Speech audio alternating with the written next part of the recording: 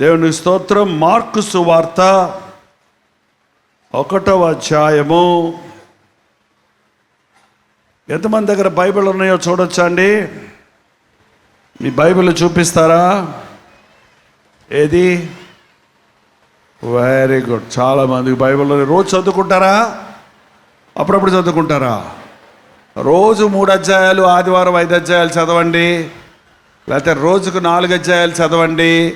ఓ సంవత్సరం అయ్యేలోగా బైబిల్ అంతా ఆది కాండం నుండి ప్రకటన గ్రంథం వరకు చదివి ముగించవచ్చు. మార్కు సువార్త 1వ అధ్యాయము 29వ వచనం దగ్గర నుండి చదువుతున్నాను, వినండి. వెంటనే వారు సమాజ మందిరంలో నుండి వెళ్ళి యాకోబుతోనూ యోహానుతోనూ సీమోను అంద్రెయ అనువారి ఇంట ప్రవేశించిరి. సీమోను అత్త జ్వరముతో పడి ఉండగా వెంటనే వారామెను కూర్చి ఆయనతో చెప్పిరి. ఆయన ఆమె దగ్గరకు వచ్చి చేయి పట్టి ఆమెను లేవనెత్తెను. అంతటా జ్వరము ఆమెను వదిలెను గనుక ఆమె వారికి ఉపచారము చేయసాగెను. యేసు ప్రభువు ఈ లోకంలో జీవించినప్పుడు ఒక్కచోటే ఇల్లు కట్టుకొని, ఆశ్రమాన్ని కట్టుకొని, భక్తులారా నా దగ్గరకు రండి అనలేదు. కానీ గ్రామానికి కాలినడకను తిరుగుతూ పరలోక సంగతులను బోధిస్తూ, రోగులను స్వస్థపరుస్తూ, సమాధానం లేని వారికి సమాధానమిస్తూ, దిగులుతో కృంగిపోయిన వారిని ప్రోత్సాహపరుస్తూ, సమస్యల్లో ఉన్న వారికి పరిష్కారాలు కలుగజేస్తూ, దుఃఖంతో ఉన్న వారిని సమాధానంతో, ఆనందంతో నింపేవాడు. యేసు ప్రభువు అనేక స్థలాలకు తిరుగుతూ ఉండేవాడు. ఆయన బేతనియా అనే గ్రామానికి వెళ్ళినప్పుడల్లా ఆ బేతనీలో మరియా, మార్తా, లాజరు అనే ముగ్గురు ఉండేవారు. ఆ మార్తమ్మ గారు ఎప్పుడు అటు వచ్చినా మా ఇంటికి రాయ్యా, భోంచేసిపోయా అనేది ఆ ప్రాంతాలకు వెళ్ళినప్పుడు అక్కడికి వెళ్ళేవాడు. కపెర్నహూము అనే మరే ఒక ఊరుంది. ఆ ఊరికి వెళ్ళినప్పుడు అక్కడ పేతురు ఇల్లుంది. ఆ పేతురు అత్తగారు చాలా ఆతిథ్యం ఇచ్చే ప్రేమ కలిగిన స్త్రీ. అక్కడికి వెళ్ళి అక్కడున్న సమాజ మందిరంలో వాక్యాన్ని అందించేవాడు. ఒకసారి ఆ కపెర్నహూము అనే స్థలానికి వెళ్ళినప్పుడు ఆ పేతురు ఇంటిలోని వెళ్ళాలనుకున్నప్పుడు అక్కడ అత్తగారికి జ్వరం వచ్చింది. ఏమొచ్చింది? జ్వరం వచ్చిన వాళ్ళందరూ చేయి చూపించండి. ఇప్పుడు కాదు, ఎప్పుడన్నా. ఇప్పుడు వచ్చినా కూడా చెప్పండి. జ్వరం వస్తే మన శరీరంలో ఏదో తప్పు జరిగింది, ఏదో ఇన్ఫెక్షన్ వచ్చింది, ఏదో ప్రమాదం కలుగుతుందని చెప్పటానికి ఒళ్ళు వేడెక్కుద్ది. శరీరంలో ఏ భాగంలో లివర్ ఎఫెక్ట్ అయినా, కిడ్నీలు పాడైనా, నరాలు పాడైనా, ఏ అనారోగ్యం కలిగినా జ్వరానికి ఒక కారణం ఉంటుంది. కాబట్టి జ్వరం రావటం మంచిదే. జ్వరం రాలేదు అంటే నీలో జ్వరంతో పోరాడే ఆరోగ్య శక్తి ఉండదు కనుక ప్రమాదం ఏర్పడుద్ది ఒక్కోసారి. కానీ ఈ రోజుల్లో ఎన్ని రకాల జ్వరాలు, ఒకటి కాదు. జ్వరం అంటే వేడెక్కటమే కాదు, ఇప్పుడు రకరకాల జ్వరాలు వస్తున్నాయి. ఎక్కడి నుంచి అండి? అమెరికా నుంచా, ఆస్ట్రేలియా నుంచా, మన ఇంటి పక్కన ఉన్న మురికి గుంటల్లో నుంచి, మన గుంటల్లో నివసిస్తున్న దోమలు. ఎంత ఉంటుంది దోమ? ఎంత ఉంటుందండి? చిన్నదే. అలెగ్జాండర్ అనే చక్రవర్తి ఉండేవాడంట. ప్రపంచం అంతటిని జయించేసి ఇక నాకు జయించడానికి రాజ్యాలు లేవే అని ఏడ్చేవాడంట. చక్రాధిపతిగా ఏలినవాడు. అలెగ్జాండర్ పేరు చెబితే శత్రువులందరూ వణికిపోయేవారు. కానీ ఆయన ఒక దోమ కుట్టిందట. దోమ కొట్టగానే అందరినీ వణికించిన ఆయన వణికిపోవటం మొదలుపెట్టాడు. చలి జ్వరం వచ్చినవాడు ఎట్ట వణుకుతాడు? గుడిగుడు అడుగుతాడు. చూడండి, అరే ఇంతమందిని జయించావు, చిన్న దోమను కుడితే ఇలాగైపోయావంటే విషజ్వరం వచ్చి చివరికి ఆ రోగంతో చచ్చిపోయాడు ఆయన. ఏంటండి? దోమ చాలా చిన్నదే. ఇవాళ దోమల ద్వారా రకరకాల జ్వరాలు వస్తున్నాయి. ఆ జ్వరాలకు డాక్టర్ దగ్గరికి వెళ్తే రకరకాల మందులు ఇచ్చి మనల్ని అప్పులు పాలు చేస్తున్నారు. హాస్పిటల్కి వెళ్ళిన వాళ్ళు ఏమవుతున్నారండి? ఆ అప్పులు. ఎందుకంటే హాస్పిటల్లో లోన్ ఇవ్వరుగా. బిల్లు రేపు కడతానంటే చచ్చిపోయిన శవాన్ని కూడా ఇవ్వరంట. నువ్వు బిల్లు కడితేనే ఏంటండి, చచ్చిపోయాడు వ్యక్తి, ఇన్ని వేలు అయ్యింది, సమాధి చేసుకోవడానికి ఇవ్వలయ్యా, నువ్వు చేసిన వైద్యం వల్ల బతకలేదు కదా అంటే అదంతా నాకు తెలీదు. డబ్బు కడితే కానీ శరీరాన్ని ఇవ్వమంటున్నారు. ఎంతమంది ఈ రోజున మందులు మందులు మందులు, ఇంజక్షన్లు, మాత్రలు, ఆపరేషన్లు, రకరకాల రోగాలతో కుటుంబంలో ఆ మెడల్లో ఉన్న బంగారాలు అమ్ముకొని దుద్దులు తాకట్టు పెట్టుకొని, దుద్దులు అంటారు, ఏమంటారు మీరు, కమ్మలు తాకట్టులు పెట్టుకొని ఏంటండి ఎన్ని అవస్థలు పడుతున్నారో. ఈ రోజున భూలోకం చెడిపోయింది, రోగాలు ఎక్కువైపోయినాయి. మా చిన్నప్పుడు లేని రోగాలన్నీ ఇప్పుడు వచ్చాయి. మీ ఇంట్లో ఉన్న మామగారిని అడగండి, మీ సమయంలో ఎక్కువ జబ్బులు ఉన్నాయా అమ్మా, ఇప్పుడు జబ్బులు ఎక్కువ ఉన్నాయా అని ఏం చెప్తారు? ఈ జబ్బులన్నీ మా కాలంలో లేవమ్మా అంటారు. అప్పుడు ఎక్కువ మంది డాక్టర్లు ఉన్నారా, ఇప్పుడు ఎక్కువ మంది డాక్టర్లు అడగండి.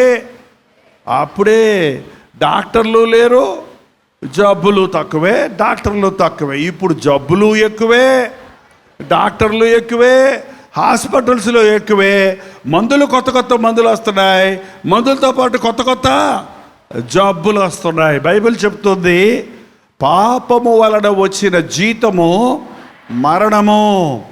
పాపం ఇచ్చే బేట అంటే తెలుసా? టీ ఖర్చుకి ఏ రోజుకి ఆ రోజు ఇస్తారు చూడండి. బేట రోగం అంట. పాపం చేసిన వాడికి రోగాలు వస్తున్నాయండి. మేమేం పాపం చేయలేదండి అంటారు చాలామంది. మేమేం పాపం చేయలేదండి, తలపోటు వచ్చేస్తుందండి. ఎవరినన్నా తలంచుకుంటున్నావా అమ్మా? అదేనండి మా అత్తగారే గుర్తొస్తుందండి. మా అత్తగారు గుర్తొస్తుంటే కోపం వస్తుందా, సంతోషం వస్తుందమ్మా? కోపం కాదు, పళ్ళు కొరికేసుకుంటున్నానండి. మరి నీ కోపమే నీ శత్రువు. కోపపడేవాడు తన శరీరాన్ని ఏం చేసుకుంటున్నాడు?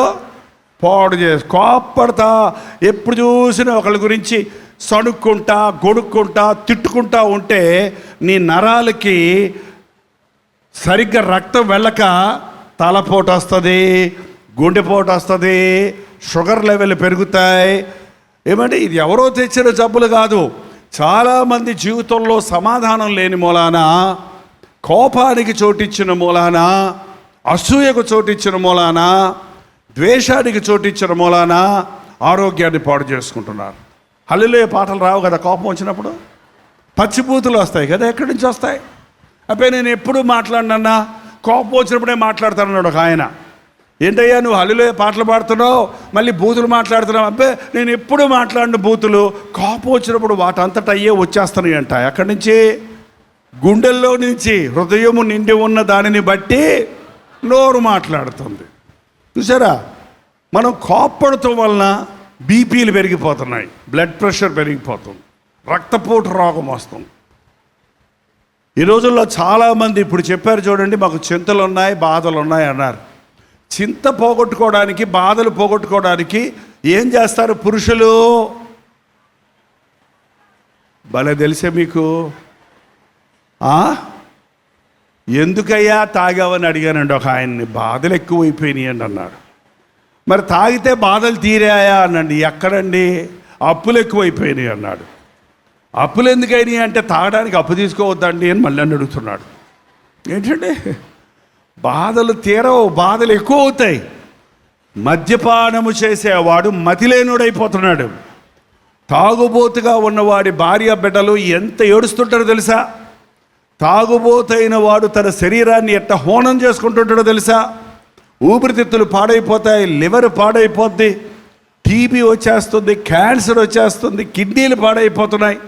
కానీ ఈ రోజున మనుషుడు బాగుపడదాం అనుకుంటూ తాను పాడు చేసుకుంటున్నాడు. తాగుబోతు మీ ఇంట్లో ఉంటే ఇల్లంతా సంతోషం కదండి. తాగొచ్చినాడు ఎవరైనా మర్యాదగా మాట్లాడతాడా? ప్రేమగా మాట్లాడతాడా? నిన్న ఒక సహోదరి వచ్చి విజయవాడలో చెబుతుంది, నా 4 కొడుకులు మా ఆయన కలిసి తాగుతారండి. 4 కొడుకులంట వాళ్ళ నాయనతో కలిసి తాగుతారంట, 5 కలిసి. ఒక్క పని చేయరండి, ఒక్క 10 పైసలు తెచ్చి ఇంట్లో ఎవరండి? వీళ్ళను పోషిస్తానికి నేను కూలి పనికి వెళ్ళి డబ్బులు సంపాదిస్తే నా దగ్గర ఉన్న డబ్బులు ఇవ్వమని మళ్ళీ నన్ను కొడతారండి, తిడతారండి అని ఏడుస్తుందండి. ఎంత భయంకరం చూడండి. పురుషుడు తన భార్య బిడ్డలను పోషించాలి, అది దేవుడి ఏర్పాటు. కానీ ఈ రోజున మద్యానికి బానిసైన వాడు మతిలేని వాడు అయిపోతున్నాడు, వ్యసనాలకు బానిసలైపోతున్నారు. దానివల్ల రోగాలు ఎక్కువైపోతున్నాయి, దానివల్ల ఆదాయం అంతా వృధా అయిపోతూ ఉంది. అంతేకాదు ఒక తాగుబోతు బిడ్డలు కూడా తాగుబోతులు అయిపోతున్నారు. ఒక తాగుబోతు ఇంట్లో ఉంటే ఆ ఇంటిలో దుఃఖము వేదన కలుగుతుంది. అంతేకాదు తాగుడుకు బానిసైన వాడు 100 ఏళ్ళు బతుకుతాడా, 30 ఏళ్ళు బతుకుతాడా? తొందరగా చచ్చిపోతాడు. కారణం తన శరీరంలో అవయవాలన్నీ పాడైపోతున్నాయి. అధికముగా దుర్మార్గపు పనులు చేయకము, నీ సమయమునకు ముందే, నీ కాలమునకు ముందే నీ వేళ చనిపోవలను అని దేవుని వాక్యంలో చెప్పబడుతూ ఉంది. ఈ రోజున మన బాధలు పోగొట్టుకోవడానికి మరో బాధను, మరి పురుషులు తాగుతారమ్మా, స్త్రీలు ఏం చేస్తారు? బాధ వస్తే ఏం చేస్తారమ్మా? ఏడుస్తారా? ఏడ్చి ఏడ్చి ఏడ్చి ఏడ్చి కళ్ళు ఊపిపోయేదాకా ఏడ్చి, నోరు ఎండిపోయేదాకా ఏడిస్తే బాధ తీరిద్దా? మీరు ఏడిస్తే ఏడవండి, కానీ యేసయ్య దగ్గర ఏడవండి. ఎక్కడ ఏడవాలి? యేసు ప్రభు దగ్గర మనుషుల దగ్గర ఏడవకండి, మిమ్మల్ని మీరే చూసుకొని ఏడవకండి. యేసు ప్రభువా నా కుటుంబాన్ని కట్టు, నా భర్తను మార్చు, నా బాధలు తీర్చు అని ఆయన సన్నిధిలో ఏడిస్తే, మీకు తెలుసా మన కన్నీరు దేవునికి కనబడతాయండి. హిజ్కియా అనే ఒక రాజు ఉన్నాడు. నీవు మరణమవుతావు, నువ్వు బతకవు, నీ ఇల్లు చక్కబెట్టుకో అని ప్రవక్త వచ్చి కబురు చెప్పి వెళ్ళాడు. హిజ్కియా ఏం చేశాడంటే గోడ తట్టు ముఖం తిప్పుకొని కన్నీళ్లతో, ప్రభువా నన్ను జ్ఞాపకం చేసుకో అని ఒక చిన్న ప్రార్థన చేశాడు. వెంటనే ప్రవక్త తిరిగి వచ్చేయమన్నాడు తెలుసా? నీ ప్రార్థన నేను విన్నాను, నీ కన్నీళ్లు నేను చూశాను, ఇంకా 15 సంవత్సరాల ఆయుష్ నీకు ఇస్తున్నాను. ఎంత అద్భుతమైన దేవుడు! మన కన్నీరును చూచి మనం ఏడిస్తే ఏడ్చేవాడండి యేసు ప్రభు. మరియ మార్త లాజరు ఇంట్లో మా లాజరు చనిపోయినప్పుడు సమాధి చేసేసిన తర్వాత ప్రభు వచ్చాడు 4వ రోజున.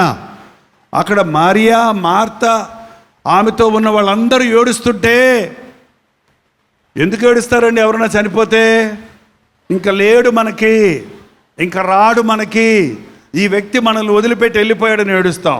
అందరూ అందుకు ఏడుస్తున్నారు. యేసు ప్రభు కూడా ఏడ్చాడంట. ఎందుకు ఏడ్చాడు? ఆయనకు తెలుసు లాజరును తిరిగి లేపబోతున్నాడు, లాజరు మళ్ళీ బతుకుతాడని. మరి ఏడ్చాడు. ఎందుకు ఏడ్చాడు?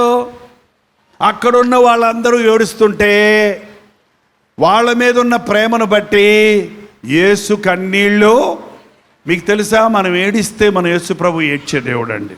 మనం సంతోషిస్తే సంతోషించే దేవుడు. మనల్ని ఎంత ప్రేమించాడంటే ఆయన ప్రాణమిచ్చినంతగా ప్రేమించాడు. ఇంతకంటే ప్రేమించే వాళ్ళు ఈ లోకంలో మనకు ఎవరన్నా ఉన్నారా? మీ పిల్లలు మీకు ప్రాణం ఇస్తారా? మీ ప్రాణం తీస్తారా? ప్రాణం తీయకరా, ఇసికించకరా, ప్రాణాన్ని ఇసికించకరా అంటున్నారు కదండి అమ్మోళ్ళు. ఇవాళ కానీ పెంచిన తల్లిదండ్రుల్ని ఇంకా ఏదో ఇవ్వలేదని, ఇంకా ఏదో ఇమ్మని, ఆస్తులు ఇమ్మని, నువ్వు ఎప్పుడు చేస్తావు, నీ మెల్లో గొలుసు నాకు ఇచ్చేయి, నీ ఆస్తి నా పేరు రాసేయి. ఏనా అన్నా నేనే ముసలోని అయిపోతాను, నువ్వు చావా అన్నాడంట కొడుకు. నేనే ముసలోని అయిపోతాను, నువ్వు చావా, నీ ఆస్తి నాకు ఇవ్వా అన్నాడంట. ఏంటంటే ఈ రోజుల్లో మనుషులు ఆస్తుల కొరకు ఒకళ్ళొకళ్ళు చంపుకుంటున్నారే కానీ ఒకరికొరకొకరు ప్రాణం పెట్టేవాళ్ళు ఎవరున్నారు? ప్రభు అయిన యేసుక్రీస్తు తప్ప. అందుకనేనండి యేసు ప్రభువును నమ్ముకోండి. మనుషులను నమ్ముకున్నట కంటే యెహోవాను ఆశ్రయించటం మేలు. యేసు ప్రభువును నమ్ముకున్నవాడు ఎప్పుడు దరిద్రుడు కాడు, ఎప్పుడు దిక్కుమాలిన వాడిగా ఉండడు. ఎప్పుడు ఏ పరిస్థితుల్లో ఉన్నప్పటికీ తన జీవితంలో దేవుని సహాయాన్ని కలిగి ఉంటాడు. నీ జీవితాన్ని ప్రభు చేతుల్లో పెడితే అది ఆయన ఆశీర్వదిస్తాడు. సాతాను చేతుల్లో పెడితే నిన్ను చప్పగా పీకేస్తాడు అంతే. ఒకడు రసాలు పండు తింటున్నాడంట, మామిడి పండు తింటుంటే రసం వస్తుంది కదా సురుసురు అని. పక్కన వాళ్ళ ఫ్రెండ్ వచ్చారు, కొంచెం నాకు పెట్టరా అన్నాడంట. ఉండరా అన్నాడంట. అరే అన్నీ తాగి తినేస్తున్నారా, పెట్టరా, ఉండరా అయ్యే కొంచెం పెట్టరా, తినేస్తున్నారు, ఉండరా అని మొత్తం చీకేశాడంట. మొత్తం చీకేసి తొక్కంతా చీకేస్తుంటారు. తొక్కన్నా ఎవరా అంటే ఉండరా అన్నాడంట.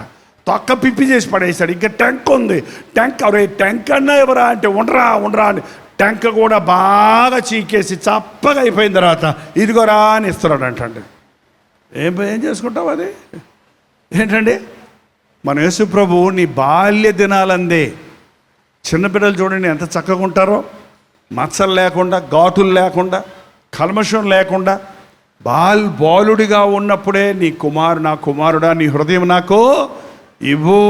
యవ్వనస్తులు చూడండి ఎంత గ్లామర్ ఉంటుందో, ఎంత చక్కగా చురుగ్గా ఉంటారో, ఎంత యాక్టివ్గా ఉంటారో, ఎలా పరిగెత్తగలరు, ఎలా నేర్చుకోగలరు, ఎలాగ కొత్త విషయాలు చేయగలరు.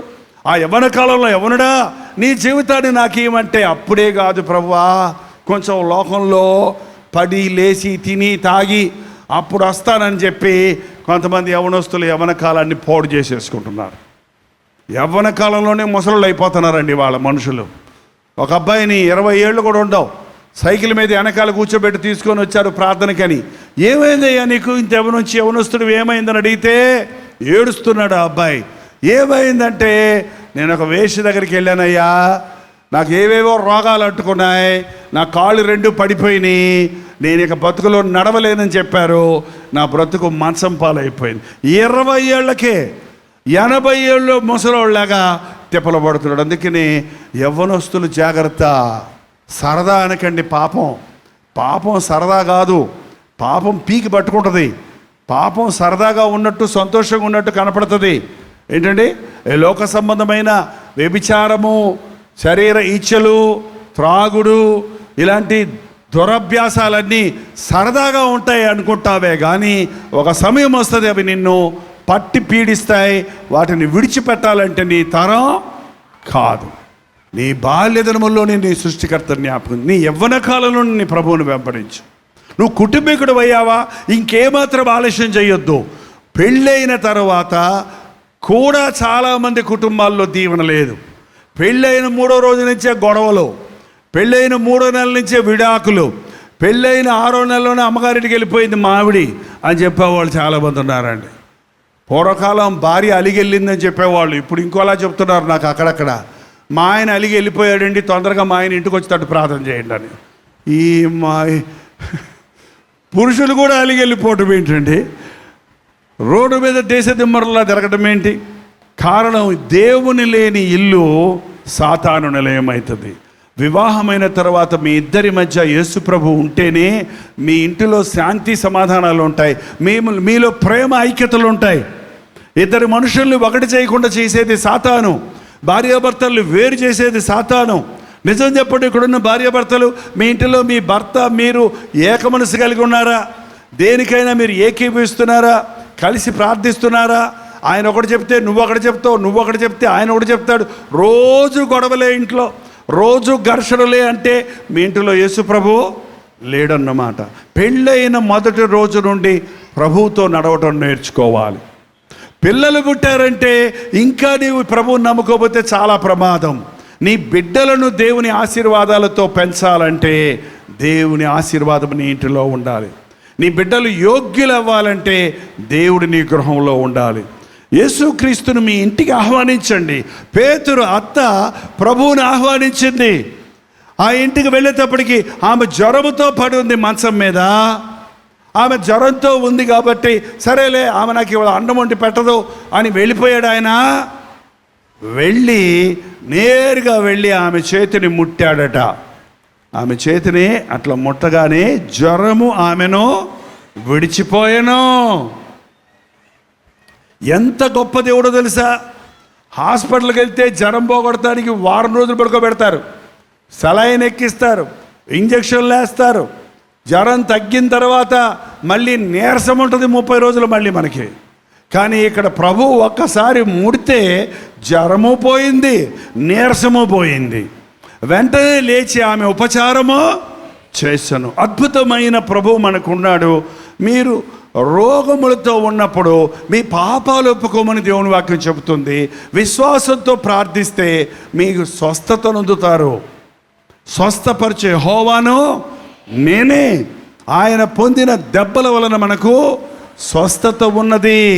మరి ఈ సమయంలో మనం లేచి ప్రార్థిస్తున్నప్పుడు ప్రార్థన ప్రభుతో చెప్పండి. ఒక స్నేహితుడితో చెప్పినట్టు నీ మనసు పంచు ప్రభుకి. ఒక డాక్టర్ దగ్గరికి వెళ్ళి నీ రోగాల గురించి చెప్పుకున్నట్లు పరమ వైద్యుడైన ప్రభు దగ్గర నీ శరీర వ్యాధులు ఏమైనా ఎక్కడున్నా ఆయనకి చెప్పు. ఒక లాయర్ దగ్గరికి వెళ్ళి నీ కోర్టు తగాదాల విషయమై చెప్పుకుంటున్నట్టు మన న్యాయాధిపతి అయిన ప్రభు దగ్గర నేను మోసగించబడ్డానయ్యా, నాకు అన్యాయం చేయబడిందయ్యా, నాకు న్యాయం తీర్చని ప్రభువుని అడుగు. నీ భర్త నీకు అన్యాయం చేశాడేమో, నిన్ను విడిచిపెట్టి పరస్త్రీ వ్యామోహంలో ఉన్నాడేమో, బిడ్డలకు నీకు ద్రోహం చేసిన వ్యక్తిగా ఉన్నాడేమో, కోర్టులు ఎమ్మడి తిరుగుతున్నావేమో. ప్రభు పాదాల దగ్గరికి రా, నీ కుటుంబం కట్టబడుతుంది. కఠిన హృదయుడైన నీ భర్త మార్చబడతాడు. నీ భార్య నీ మీద అలిగి అమ్మగారింటికి వెళ్ళిపోయిందేమో, నేను రానంటుందేమో, నీ జీవితంలో దుఃఖంతో వేదంతో ఉన్నావేమో. ప్రభు నా కుటుంబాన్ని కట్టని ప్రార్థన చేయి. ప్రభు నీ భార్య నీ దగ్గరికి రప్పిస్తాడు. మళ్ళీ నీ ఇంటిలో సమాధానాన్ని చూస్తావు. నీ భర్త తాగుబోతుకున్నాడేమో, అవునయ్యా నా భర్తను మార్చడం నా వల్ల కాదు, నా భర్త తను తాను మార్చుకోలేడు. ఒక అద్భుతాన్ని జరిగించి నా భర్తకున్న ఈ దుర్వ్యసనాన్ని నుంచి విడిపించమని, నా బిడ్డలకున్న ఈ దురభ్యాసాల నుంచి విడిపించమని ఒక చిన్న ప్రార్థన చేయండి. పరిశుద్ధుడా, ప్రేమగల తండ్రి, నీ నామములో కూడి వచ్చిన నీ బిడ్డలందరినీ చూడయ్యా. నిన్ను నమ్ముకున్నామని చెప్పే వీరి జీవితాల్లో ఉన్న సమస్యల నుంచి విడిపించిన ఆయన, రోగముల నుండి వీరిని స్వస్థపరచున ఆయన, వీరి సంకటాలను కుదుర్చుము తండ్రి. స్వస్థపరచే యెహోవాను నేనే అన్న మాట ఈ సమయంలో ప్రతి ఒక్కరి పట్ల నీ కార్యం జరగడానికి సహాయం చేయి. అనారోగ్యాలతో ఉన్నవారికి స్వస్థత దయచేయి. జ్వరములతో పీడించబడుతున్న వారిని నజరేయుడైన యేసుక్రీస్తు నామములో స్వస్థపరచుచున్నాము నాయన. ఎవరి జీవితంలో అయితే భార్యాభర్తలు గొడవలు పెట్టుకుంటూ కేసులు పెట్టుకొని విడిపోయి విడాకుల కొరకు ప్రయత్నిస్తున్నారో అట్టి కుటుంబాలను కనికరించు నాయన. అట్టి కుటుంబాల మీద నీ ప్రేమను కుమ్మరించు నాయన. అట్టి కుటుంబాలు విచ్ఛిన్నమైపోకుండా తిరిగి కట్టబడినట్లుగా నీ ఆత్మను వారి మీద కుమ్మరించము తండ్రి. ఇక్కడున్న వారెవ్వరూ నరకానికి పోకుండా ప్రతి ఒక్కరూ రక్షించబడి మారు మనసు పొంది పరలోక రాజ్య వారసులు ఉన్నట్లుగా పరిశుద్ధాత్మను మా మీద కుమ్మరించి సర్వసత్యములోనికి నడిపించమని యేసుక్రీస్తు నామములో అడుగుచున్నాము తండ్రి. మన తండ్రి అయిన దేవుని యొక్క ప్రేమయు, కుమారుడైన క్రీస్తు యొక్క కృపయు, ఆదరణకర్త అయిన పరిశుద్ధాత్మ యొక్క సహవాసమును కూడి వచ్చిన మనందరికీ ఎప్పుడునూ సదాకాలము తోడై ఉండును గాక. ఆమేన్, ఆమేన్, ఆమేన్.